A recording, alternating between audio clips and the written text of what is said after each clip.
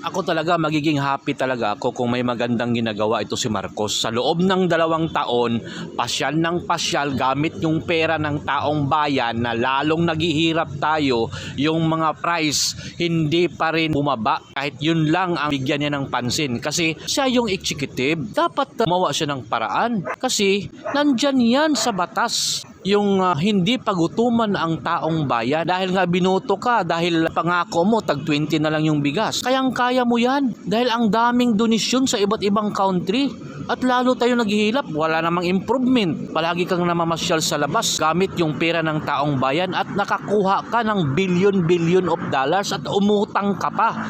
Ang tanong, saan yung pera? Kaya nga walang nagawa na maganda sa bansa. So kailangan talaga to i-impeach to eh. Walang nagawa guys. Tapos ngayon naglalabasan pa yung mga adik. Ang daming krimen na nangyayari. Mga babae, mga batang inosente pinapatay. Walang ginawa. Siya yung commander-in-chief. Dapat madisiplina yun yung mga pulis para maging safety ang ating kababayan. Wala!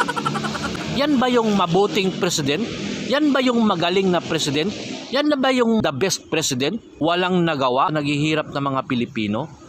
Sa nagmamahala ng mga presyo, siya pa yung Secretary of Agriculture.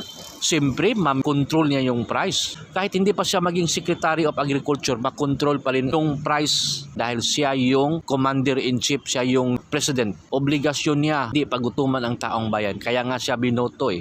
Yan ang totoo. At saka yung mga pangako niya, nako, wag na kayong umasa. Si Digong hindi nangako pero naging 40 yung bigas na naging 50 na before sa panahon ng dilawan. Kaya masasabi ko dito, maging masaya sana tayo kung maganda yung performance niya sa bansa. Wala, utang ng utang. Gamit yung pera ng taong bayan sa paglalakwatsa, wala namang nagawang improvement sa bansa. Lalo tayong naghihirap at lalong madumi ang bansang Pilipinas. Naglalabasan na lahat at nandito na yung mga Amerikano, ginawa na tayong tuta, ginawa ng teritoryo ng mga Amerikano again and again. Walang ginawang maganda ang ating president dahil dito sa mga dilawan at sa mga pulahan, labanan ng mga politiko, mga gago to, mga Pilipino na to, mga abnormal. Labanan ng mga politiko, putang ina. Hindi maging ganyan dahil we choose the best leader para ihaon yung country natin, para tayo umasenso, para maganda yung buhay ng ating mga kababayan, maging maganda yung buhay ng ating mga Pilipino, maging maganda at umasenso ang ating bansa. Yun ang dahilan bakit pumili tayo ng president. Tapos nangako pa to ha, tag 20 na lang daw yung kilo ng bigas. Nako, naging 55, naging 56 na, magiging 60 na yan. Walang nagawang mabuti to. Dapat i-control niya yung price dahil siya yung president. At nandyan yan sa batas. Nandyan yan sa rules. Na hindi pagutuman ang taong bayan dahil siya yung commander-in-chief, siya yung executive, siya ang leader ng ating bansa. Yun ang responsibilities niya. Ang daming responsibilities niya, yung mga patayan ngayon, ang daming nabibiktima ng mga babae. Hindi lang naman nagkandak ng sense of urgency.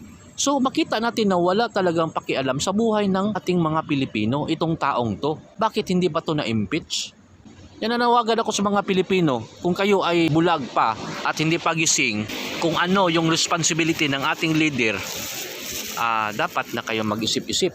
Mga dilawan dyan, mga pulahan dyan, mag-isip-isip na kayo. Hindi to labanan ng politiko, labanan to ng mga Pilipino. Kung paano tayo umasinso.